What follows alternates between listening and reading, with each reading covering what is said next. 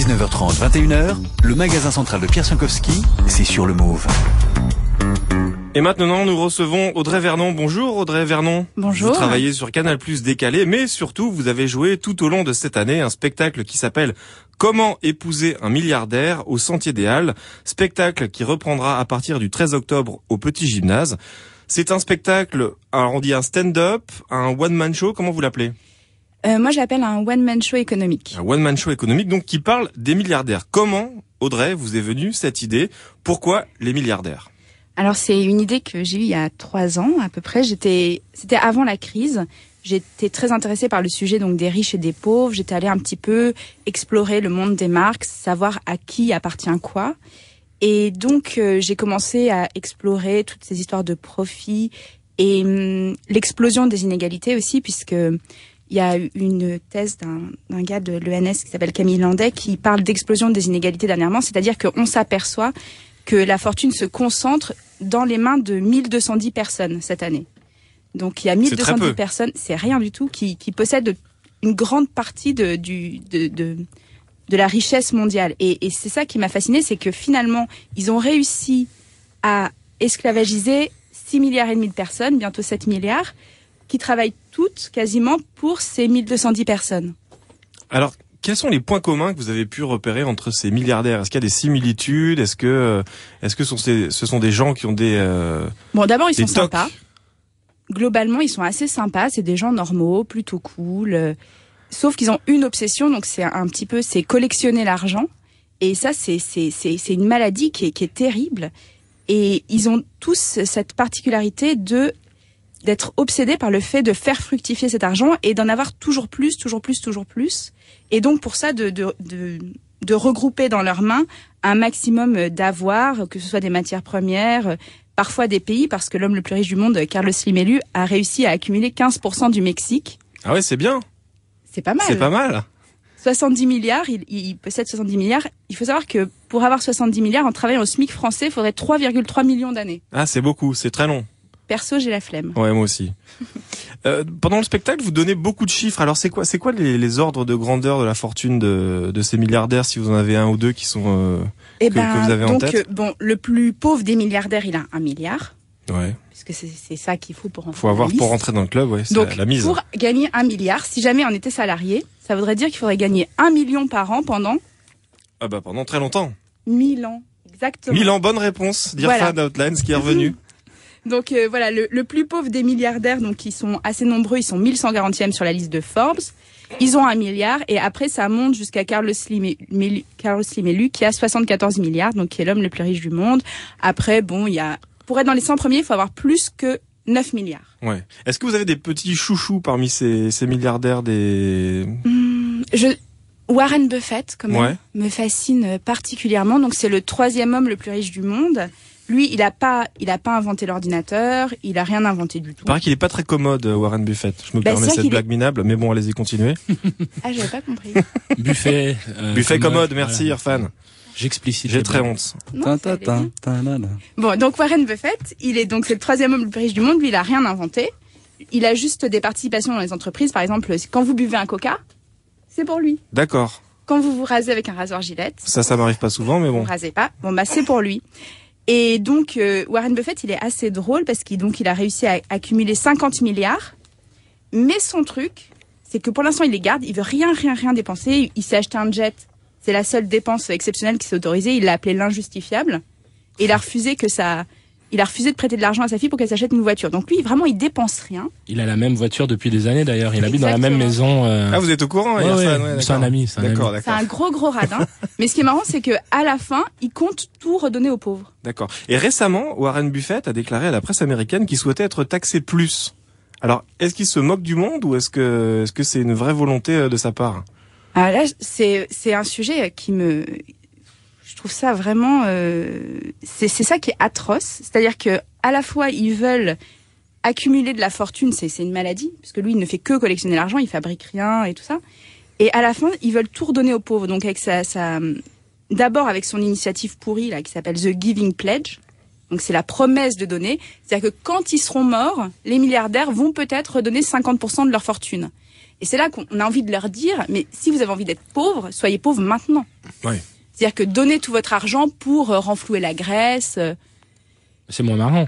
C'est moins marrant, mais et ça, c'est vrai que ça me rend dingue. Par exemple, dans The Giving Pledge, donc la promesse de donner, il y a les personnes qui possèdent Citigroup et Carlyle qui ont donc ruiné tous les Américains avec la crise des subprimes. C'est-à-dire qu'ils ont fait des prêts pourris qui sont quand même des grosses arnaques. Ces gens-là devraient être en prison. Eh ben non, ils disent qu'ils vont peut-être donner la moitié de leur fortune quand ils seront morts, et ils passent pour des gens gentils. Surtout que maintenant ils se font de l'argent avec les dettes des pays. Ils parient dessus, c'est devenu le nouveau...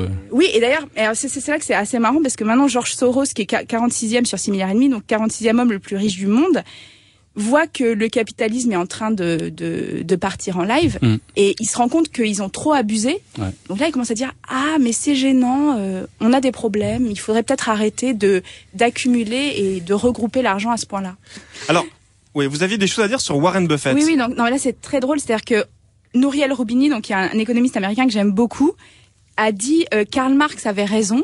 On arrive peut-être à la fin du capitalisme, c'est-à-dire le moment où le capitalisme va s'autodétruire parce qu'ils ont trop concentré et que de l'autre côté, plus personne ne peut acheter, ne peut consommer parce qu'ils ont tout donné au capital et puis rien du tout au travail.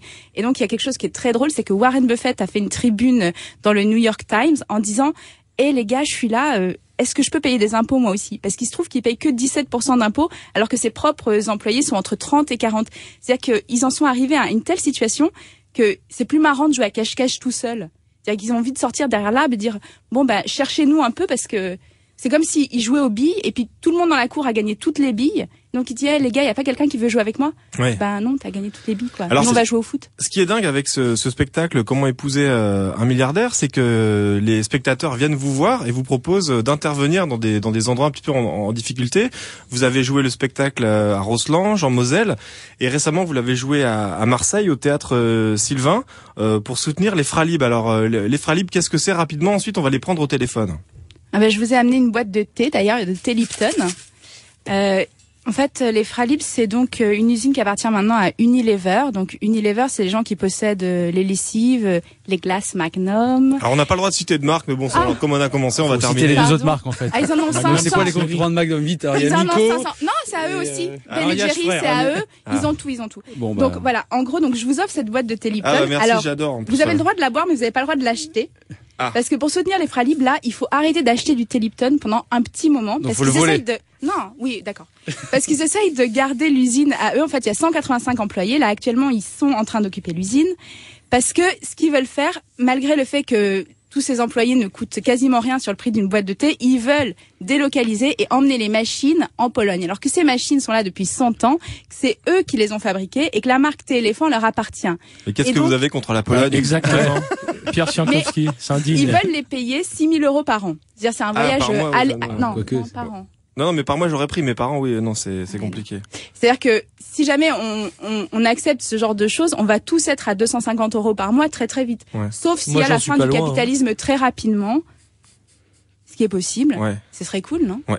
On va tout de suite prendre au téléphone Olivier Le Berquier, justement, qui fait partie de ces Fralib. Bonjour Olivier. Bonjour. Salut. Bonjour Audrey. Alors j'ai une question à vous poser. Qu'est-ce qui vous a séduit dans le spectacle d'Audrey Vernon? Ah bah impressionnant, parce qu'on s'y retrouve vraiment, on reconnaît complètement ce qu'on vit nous tous les jours, avec d'un côté les riches qui sont nos patrons, qui en veulent toujours plus. Nous, puisqu'elle donne quelques chiffres, Audrey, faut savoir que dans la boîte de thé qu'elle vous a ramenée, qu'on trouve dans le commerce entre 1,80 € et 2,60 € à peu près, la totalité des salaires des 182 salariés de Fralib à Gémenos, cotisation sociale, cotisation patronale, et aussi les salaires des 2-3 mercenaires qui nous ont envoyés pour fermer l'usine, qui sont grassement payés, bah la totalité des salaires c'est 16 centimes dans cette boîte quoi. Ah ouais. C'est-à-dire que c'est rien du tout quoi, c'est devenu arrivé ils ont tellement tiré les salaires vers le bas en France que le niveau des salaires c'est plus ça qui pèse dans les choix stratégiques des groupes. Ouais. En tout cas, je vous remercie Olivier Le Berquier d'avoir été parmi nous pour témoigner. On vous souhaite vraiment un bon courage dans cette lutte qui vous oppose à vos patrons. Merci, et puis surtout encore un grand merci à Audrey Vernon, puisque elle nous suit particulièrement et elle loupe jamais un moment de parler de nous et de parler notamment de l'arme qu'on a sortie, le boycott de Lipton, parce que Lipton, c'est une marque milliardaire pour Unilever, donc que les consommateurs, ceux qui veulent nous soutenir, boycottent Lipton le plus qu'ils peuvent, et ça poussera Unilever à venir discuter autour de la table sur le maintien de l'activité et de nos emplois. On va boire de l'eau. Merci. L'éléphant, vous pouvez, nous on veut garder l'éléphant. Bonne soirée Olivier Leberquier, merci beaucoup. Le magasin central de Pierre Ciankowski. De 19h30 à 21h, c'est lui le patron. Le patron, on en parlait justement. Audrey Vernon, j'ai envie de vous poser cette question. Est-ce que vous vous sentez parfois plus militante qu'actrice ? Pas du tout. En fait, il se trouve que là, mon sujet, c'est les riches et les pauvres, c'est les milliardaires et les ouvriers, tout ça. Mais, je sais pas, Cézanne, il faisait des pommes. Bon, là, mon truc, c'est les usines en ce moment. Mais je me sens quand même actrice puisque ça passe à travers plein de personnages qui sont très drôles. C'est-à-dire que les milliardaires sont très drôles, ils nous font coucou du haut du jet, mais on bosse tous pour eux. Et c'est ça qui est amusant, c'est que je trouve qu'il y a des époques où c'est plus important de lutter contre les problèmes plutôt que de divertir. Et là, il se trouve que mon spectacle est divertissant.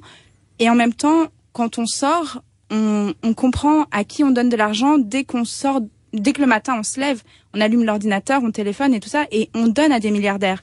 C'est des gens qui se sont accaparés la force de travail des gens, qui se sont accaparés les infrastructures. Ils ont volé, en fait. Quand on parle des émeutes en Angleterre, c'est très drôle parce qu'on critique les émeutiers qui ont pris 3 télés, mais actuellement, ce qu'ils font avec la Grèce, c'est pire que des émeutes. C'est-à-dire qu'ils sèment la panique via la bourse et derrière, ils volent. Ils volent quoi? Ils volent le port du Pirée, ils volent les compagnies aériennes, ils volent les trains, mais c'est vraiment du vol. Donc, ces gens-là doivent être en prison. Et quand on voit les émeutiers, là, ils ont pris 4 ans de prison. Ouais. Non, mais c'est horrible. C'est horrible. Alors vous parliez de Marx tout à l'heure, vous avez joué au Centre Idéal un spectacle qui s'appelait Marx et Jenny, pour lequel vous êtes non pas inspiré, vous avez lu tout ce que vous pouviez lire sur Marx et qu'est-ce que vous avez ressorti de ces heures de travail? J'ai ressorti d'abord une histoire humaine très très intéressante, un scénario à 4 entre Marx, Engels, Jenny, la femme de Marx, et la bonne. Donc c'était vraiment une histoire à 4, c'est-à-dire que Marx a fait un enfant à sa bonne, il a demandé à son meilleur ami d'endosser la paternité. Et c'est vraiment une grande histoire d'amour entre Marx et Engels. Ils s'écrivaient tous les jours, peut-être 2-3 fois par jour, et les lettres sont à mourir de rire. C'est-à-dire que Marx c'était un bourgeois marié avec une aristocrate, c'était un témoin de la misère des fabriques en Angleterre, qui travaillait 12 heures par jour dans des conditions atroces, mais c'est rien de pire que ce qui se passe actuellement en Chine et tout ça. Je veux dire, il serait scié de voir qu'on se bat encore en Chine pour la journée de 12 heures, alors que c'était les raisons des émeutes en Silésie, par exemple. Et les lettres sont super drôles. C'est-à-dire de témoin, il est devenu une victime puisqu'il a décidé de jamais gagner d'argent. Il se faisait payer par Engels qui lui envoyait 5 pounds tous les jours en 2 billets déchirés. Et c'est vraiment, un peu les radin, lettres sont Engels. très drôles. Un peu radin, Engels. À coût de 5 pounds. Ouais, non, il y a une lettre notamment qui me fait hurler de rire, c'est une lettre où tous les deux ils découvrent les vertus de l'électricité, et à cette époque l'électricité était utilisée pour la germination des plantes, et donc ils essayent de comprendre comment l'électricité peut faire pousser les plantes, et ils trouvent ça super con parce qu'ils se disent si l'électricité fait germer les plantes, elle fera germer les plantes trop tôt, et dans ce cas-là elles vont geler. Voilà, donc c'est des lettres comme ça qui sont très très intéressantes.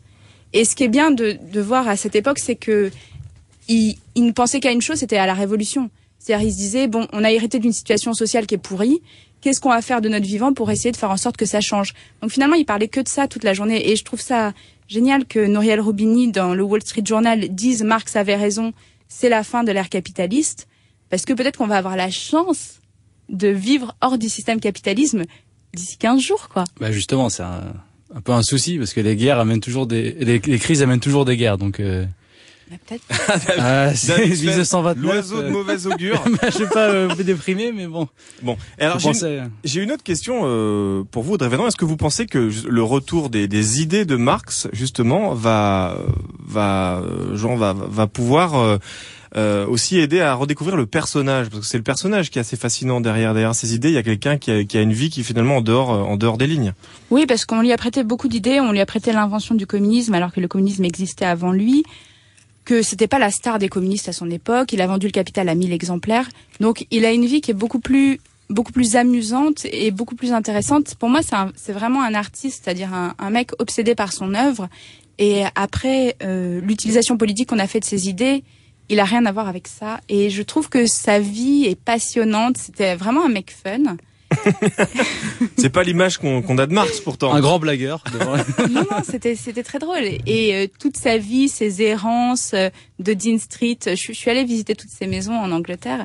Les gens vivent dans les maisons de Marx, ils n'en ont rien à faire. Et il a vraiment eu une vie d'émigré. Et ce que je trouve génial, c'est que il a vraiment été témoin de tout ça. Et il n'a pas hésité à à vivre sur le dos d'un capitaliste qui était Engels, qui s'est dit, bon, mon pote est trop génial, donc je vais bosser comme un capitaliste horrible dans une fabrique de coton pour pouvoir lui filer 5 pounds tous les jours pour qu'il puisse écrire le Capital. Et finalement, ce qui est intéressant, c'est que Marx a écrit le Capital pour faire plaisir à Engels et pour le remercier de lui avoir permis d'écrire le Capital. C'est un beau cadeau. C'est un beau cadeau. Irfan, Karl Marx, qu'est-ce que ça vous inspire? Je sais que l'économie vous intéresse quelque part. Moi, je suis plus Adam Smith. Voilà. La main invisible. Degré Kelvin, Fahrenheit, tout ça. Non, mais cette crise actuelle, est-ce que ça vous, voilà, il y a la crise du disque, hein, ça vous connaissez, mais cette crise qui s'étend au monde entier, qu'est-ce que vous en pensez? Bah, c'est carrément horrible. Après, je pense enfin, c'est peut-être bateau ce que je veux dire, mais enfin, j'ai eu la chance de voyager depuis que je suis tout jeune, parce que mon papa est du Pakistan, qui est bien sûr une région qui est assez pauvre, et le truc qui est bien dans tout ça, c'est qu'on a beau dire toujours faire des comparaisons d'argent, de pauvreté, etc. Moi, je peux vous assurer, on regarde les gens au Brésil, on regarde les gens au Pakistan, on regarde les gens en Inde, ils ont la banane, ils ont rien, ils ont le sourire toute la journée, ils ont des problèmes qui sont très très difficiles, mais voilà, je pense que moi j'ai toujours foi en l'humain, en sa capacité à s'adapter à n'importe quelle situation et à se dire voilà, de toute façon, on a une vie qui nous est donnée, on a les armes qu'on a en main, peu importe, on peut passer sa vie à rêver de mieux, mais je pense qu'on peut la vivre dans énormément de situations. C'est une philosophie qui est proche de celle de Bob Marley, Irfan. Ja Rastafari. Et Audrey, comment vous voyez-vous la suite des événements, parce que vous allez sur le terrain, on l'a vu tout à l'heure avec les Fralib. Est-ce que vous pensez que tout ça peut déraper et finir dans des situations de combat, j'allais dire? Les milliardaires, je les vois un peu comme des molosses. Par exemple, le cas d'Universal, là, il est intéressant. C'est vraiment un molosse qui veut pas lâcher sa proie, quoi. Donc à un moment donné, il faut qu'on l'oblige à lâcher. Mais non, je vois les choses plutôt de façon positive. Je suis pas pour l'abolition de la propriété privée, par exemple. C'est bien. C'est moderne comme idée. Non, mais... Je vous regarder mon KGB. Non, mais j'espère que grâce à la crise, les gens vont prendre conscience des choses et vont commencer à être un peu plus retors et un peu plus... Parce que finalement, en étudiant un peu, on se rend compte à quel point c'est une vaste blague et à quel point c'est eux qui font les lois et c'est juste eux qui l'ont décidé. Donc si on a envie de changer, on est quand même 7 milliards bientôt, ils sont juste 1200. C'est vrai que c'est très peu, 1200. C'est rien du tout. Irfan, merci d'avoir été parmi nous.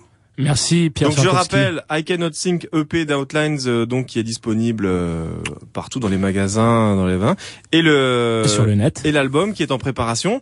Audrey Vernon, le spectacle Comment épouser un milliardaire, qui reprendra donc à partir du 13 octobre au Petit Gymnase. Exactement. Et donc ce spectacle qui s'appelle Marx et Jenny, sur lequel vous travaillez, qui est... Oui, qui est là, qui est potentiellement là. Si jamais il y a des gens qui sont intéressés, ils peuvent contacter ma productrice, Fred Bauer. Ok. Et puis, mais l'actualité, c'est vraiment Comment épouser un milliardaire, qui est produit par Manolou et AW, et mis en scène par Yves Le Roland, et à partir du 13 octobre. D'accord. On vous remercie beaucoup d'avoir été parmi nous tous les deux. Le magasin central reprendra demain à 19h30. Vous pouvez retrouver l'émission sur le podcast du Move, www.lemove.com. Je remercie Laure Sixic qui était à la réalisation de cette émission. Et je vous souhaite une bonne soirée. À demain. Merci.